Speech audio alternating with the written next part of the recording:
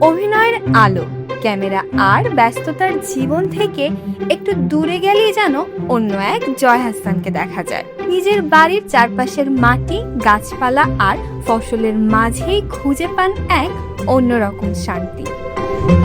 নিজের হাতে লাগানো ওল কচু যখন মাটি ফুঁড়ে বড় হয়ে ওঠে, তখন সেটি ঘরে তোলার আনন্দই যেন আলাদা।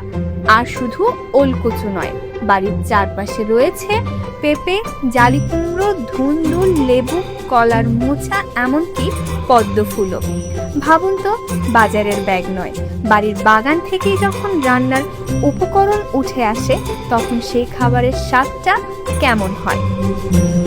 আর এবার জয়ের ভাবনায় কলার মোচা, তবে সাদামাটা রান্না নয়, কলার মোচা দিয়েই বানাবেন ক্রিস্পি সালাদ, দেশি উপকরণে একটু ফিউশনের ছোঁয়া। অভিনয়ের পাশাপাশি কৃষিকাজ আর প্রকৃতির প্রতি জয়ের এই ভালোবাসাই যেন তাকে আরো একটু অন্যরকম করে চিনিয়ে দেয়।